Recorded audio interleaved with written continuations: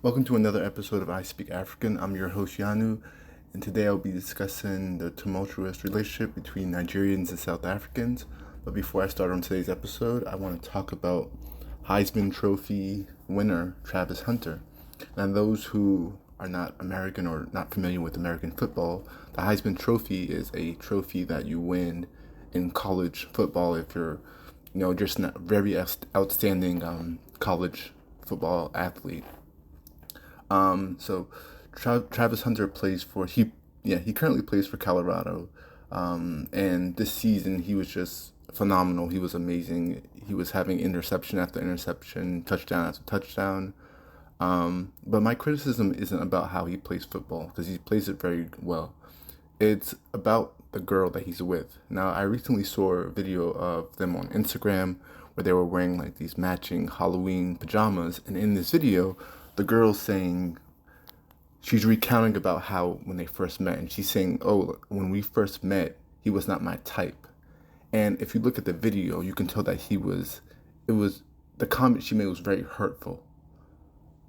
Because how can you say when I first met somebody, they weren't my type, but now that they're this big, college football star, now they're suddenly my type. Even though she did not say that, but it's very obvious. That's why, they're now engaged.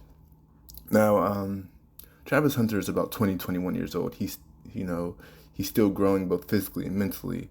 But I can tell that he's, and this is not an insult to him. I don't know him as a person, but I've seen him in little interviews and press, and during press interviews. I think he's a nice person. But you can tell he's like kind of goofy. And there's nothing wrong with being goofy or weird or awkward, anything like that. But my point is that a lot of these young girls, they don't go for those type of guys. And that's why I brought this up. Now, Travis Hunter is going to be a first round draft pick when the NFL draft starts, I think in February of next year. He's going to sign a multi-million-dollar contract, and he needs to leave this, I don't know what she is, Hispanic or Indian girl. Anyway, whatever she is, he needs to leave her before she gets pregnant and takes all his money, because that's what a lot of them do. A lot of these young girls, even some of the old girls, old women, they will get pregnant real quick. They'll take all that man's money, and that's what she's definitely gonna do. Because like I said before, if she wasn't his type when they first met, she shouldn't be his type now that he's gonna make all this money. We all know that she's just after his pockets. And the sad thing is, too many black people still deal with low self-esteem. And I think this is what Travis Hunter is going through. If you look at Travis Hunter, he doesn't look like Shador or Shiloh Sanders. He don't look like them. He has a very pronounced features. And I'm not saying, as a black person, like having pronounced features does not make you ugly, but how people perceive us and how people look at us when they see our features, whether we have full lips or, strong cheekbones, they perceive us as ugly, and therefore we perceive ourselves as ugly. As you know, it's very common. So I think what Travis Hunter needs to do is leave this whatever Hispanic or Indian girl and find himself a good black woman.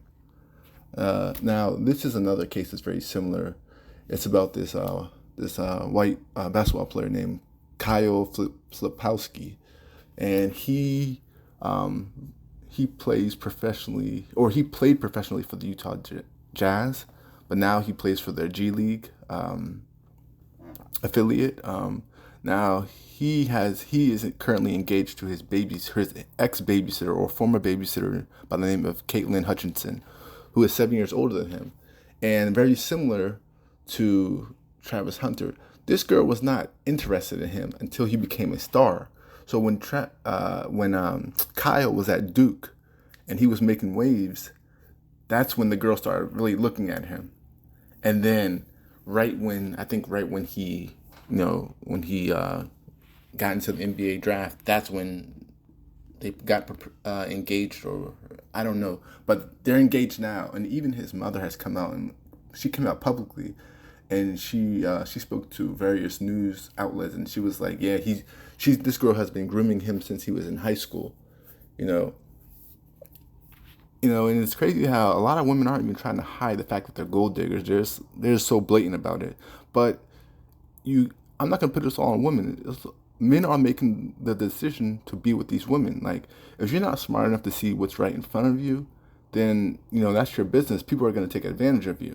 You're gonna have, like, if you look at the NBA now, a lot of these young NBA players are like 23 years old and they're dating women that are like 39, 40. And it's like they're just trying to secure their future. That's all they're doing, is trying to secure their future. That's why they're letting you get them pregnant. They don't care about you. They don't care about the baby that you're giving them. They just care about money. And because they're like, I'm not going to be doing anything. Me being a sexy so-called model, that's going to get really old when I reach about 45, 50. I need to secure this money now. And that's what they're doing. That's what Travis Hunter's little girl doing, and that's what Kyle's grown girl is doing. But now into our main story for today's episode. I want to discuss the relationships between the tumultuous relationship between Nigerians and South Africans. Now, I personally don't know where this came from. I don't know where all this animosity came from. I still don't know why it's here, because it's definitely not warranted.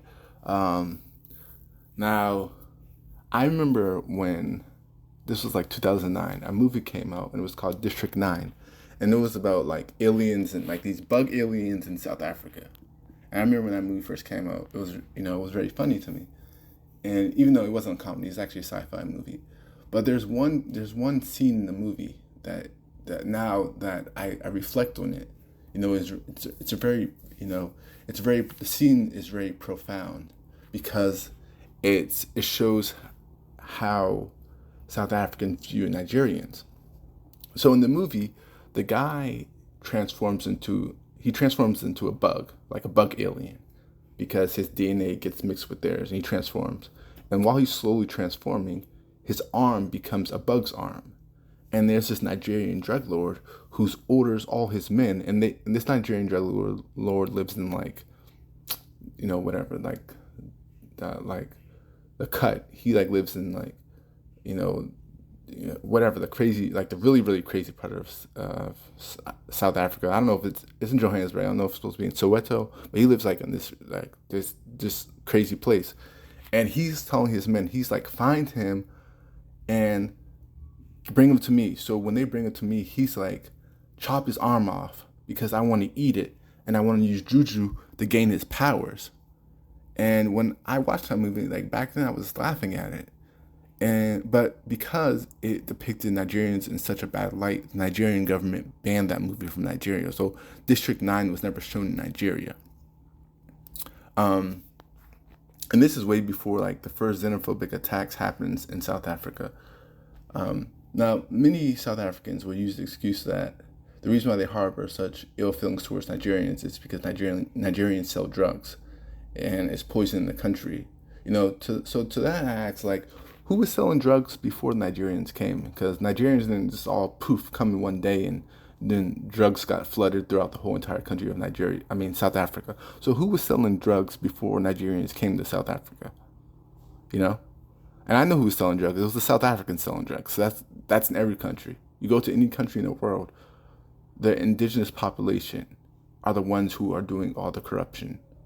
It starts with them. And then as immigrants come in, then they see, okay, hey, I can get into this line of work. Let me do it too. So I think that's really a question that South Africans need to ask themselves. And then, a lot of things I hear is, oh, they're selling drugs, they're killing. I don't really hear that they're killing, but I hear that they're selling drugs.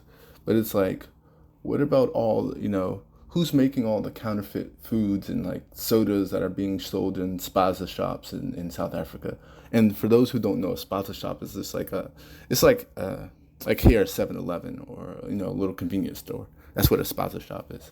It's not the Nigerians selling all that fake stuff in the spaza shops. It's the Indians and the Pakistanis. That's who's selling the fake stuff in the spaza shops. And that's who's killing all the little South African kids.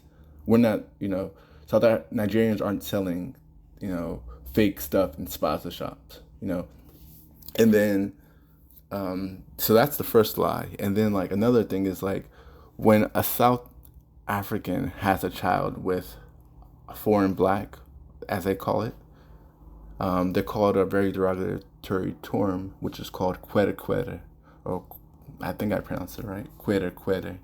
Anyway, it's very derogatory. It's what the South Africans call like mix, not like mix as in like black and white or, black and whatever, as mixed ethnically. So like if you're half South African or half Zulu and half Yoruba, or half Zulu, half Igbo, half Zulu and half Shona, something like that, or Xhosa and Shona, or whatever. They'll call you kwere kwere. So apparently that's what they're calling all the half Nigerian, half South African children. It's like, what did these kids do to you? What did kids do to grown-ups that grown-ups are, bullying kids and calling them this word, and then also telling their kids not to play with those kids? Like, they're innocent kids, so why are you taking your frustrations out and your bigotry out on little kids? What did the little kids do? And not only that, you're now ostracizing a whole generation of innocent children, and then they're gonna grow up and be like, I hate or I don't like South Africans because when I was a kid, this is what happened to me. This is what they called me. And there's that whole, even though this is old, but this is a whole case of the Miss South African scandal with Chioma. I'm thinking like they put a lot of energy into like the whole entire country turned into the FBI and the CIA. Like they were doing investigations, and these are regular people doing investigations, finding out who her people were back in Nigeria, finding out who her people were in South Africa, finding out this and that. I'm thinking, why can't y'all use all those resources to actually do good for y'all country? And the reason was, Chioma does not speak a South African ethnic language. She doesn't care about our culture. No, that's not the reason why you're mad at her. You're just mad at her because her name is Chioma, and Chioma is a Nigerian name, and you guys don't like Nigerians. Just say, we don't like Nigerians. And then give us a reason, give us a real reason why you don't like Nigerians. Now, the most horrific news that come out of South Africa in recent days is how the South African man by the name of Sibusiso Lawrence, he unalived his girlfriend. But that's, the way he did it was like the most, it was in such a heinous way, and it was very horrific, is because he made a video confession of him doing it. And in the video, he's all bloody and he's, like breathing or panting like a wild animal. So it's like, it's very disturbing. And it's like, imagine, like, you don't want to see that. You don't want to see no one just all huffing and puffing and bloody all over their face. And then it's like in the background is like her body. And, it's like, that that's not something people want to see. And he even gave a reasoning. So this is verbatim what he said. He goes, you will say that I'm violent and cruel, but I have worked very hard in my life to try and satisfy a woman, ensuring that she is happy all the time. And that process, I lost a lot of things, including money. She cheated and fell pregnant with a child that wasn't mine. Then I was there to raise that child and take care of that child. She then got tired of me and broke up with me when she was about to get road accident fund money. After everything I did for her and her daughter, he said on the video. So those who don't know, they have a very unhealthy, very unhealthy relationship, him and this girl. I don't know her name or him and this woman. But I'll go through it. So those who aren't from South Africa, road accident fund is equivalent to a lawsuit over here in the States. So let me give you some context. The reason why this woman got this road accident fund is because this guy, Sibusiso Lawrence, ran her over. So she got it because he caused her the injury. He caused her the pain and the agony. He ran her over. So that's why she got the fund. So, it wouldn't make sense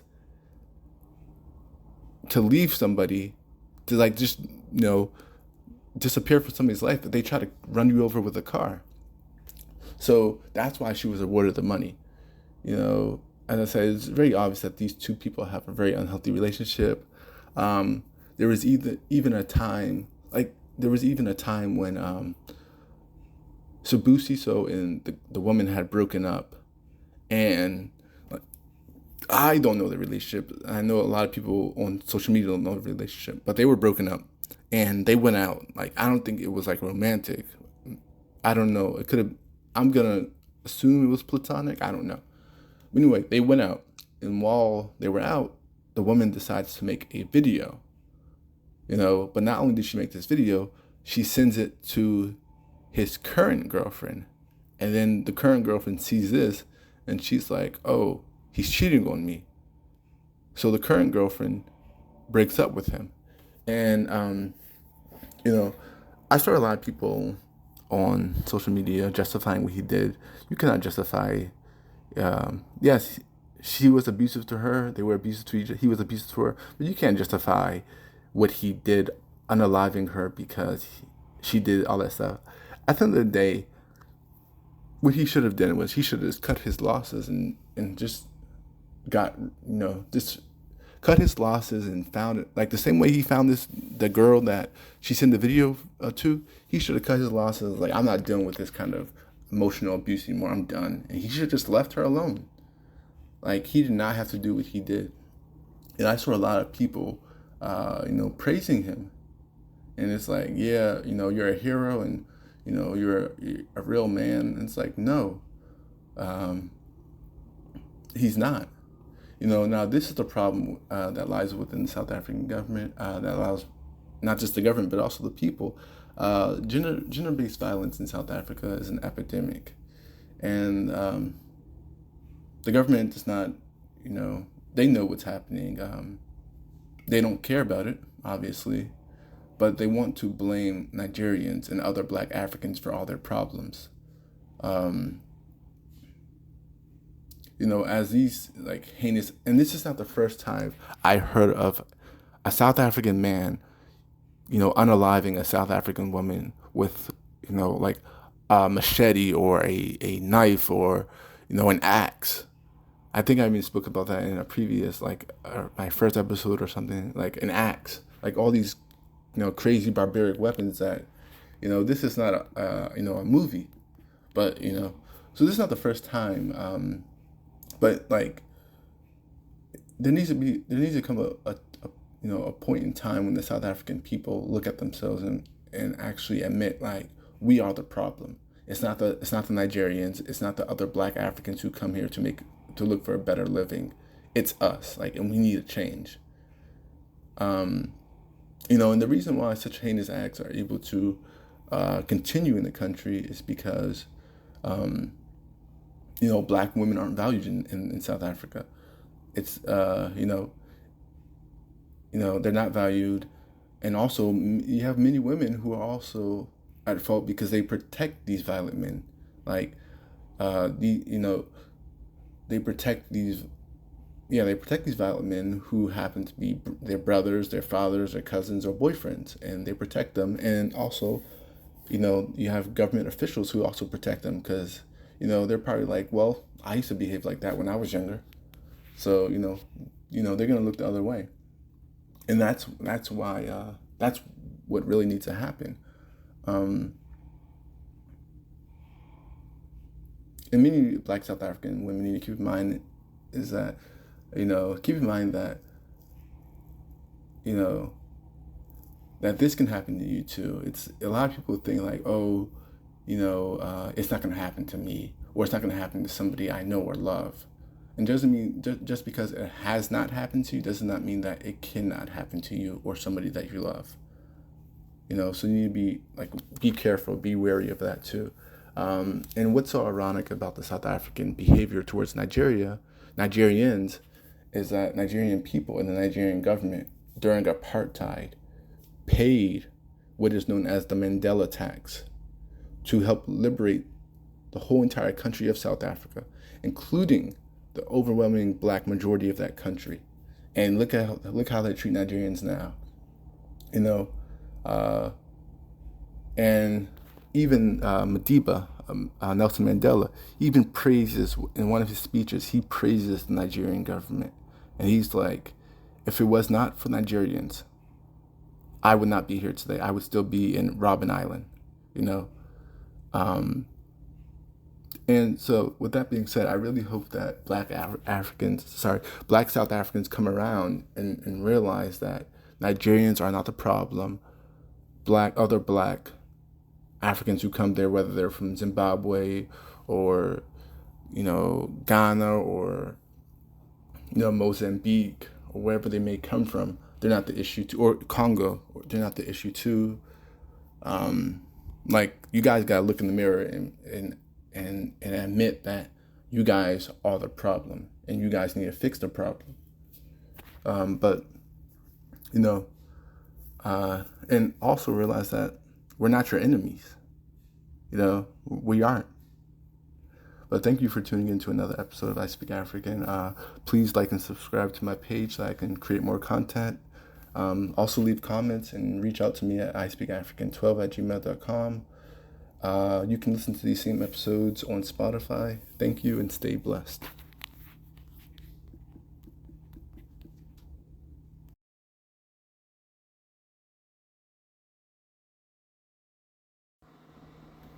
Hey everyone, so this is news that I just came across. I came across this news after finishing the recording of episode 13, the episode about the relationship between Nigerians and South Africans.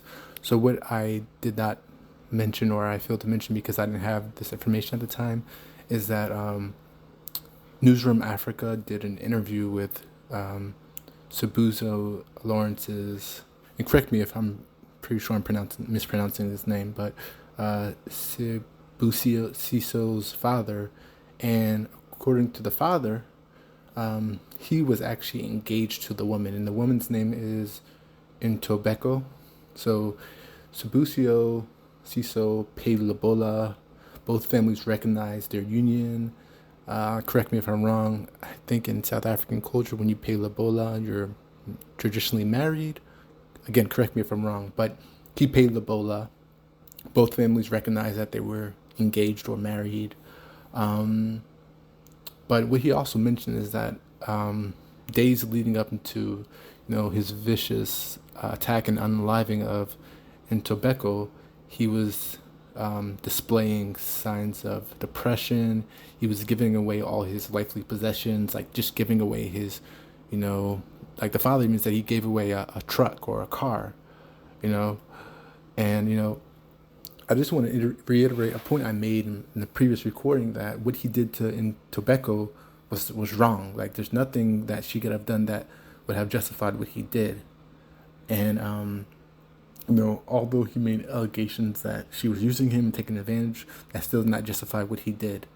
And, that brings me to a recent behavior that I've started seeing maybe within the last 5 years or even going back, is that how you'll have many women. I don't see men doing this. I see a lot of women, and I'm not saying all women, just a lot. Women saying how they've used men, like they're bragging, they're boasting. I've used men for their money. I've used men for dinner dates. Like, that's a very dangerous behavior that you're displaying, because we live in a world, like the world we live in now is crazy, and we live in a world where there are a lot of unstable men and women, and you don't know what they're capable of. So I just, I want to say, if you do not like somebody, you don't love them anymore, just leave them alone. Like, part ways with them, go your separate ways. You'll find somebody else, and even if you don't find somebody else, like, at least you can have some form of peace, but just leave them alone. Don't try to antagonize them. Don't try to do anything that might antagonize them. Just leave them alone. If you don't want to be in that person's life anymore, don't be in their life. With that being said, everyone just stay safe and stay blessed. Thank you.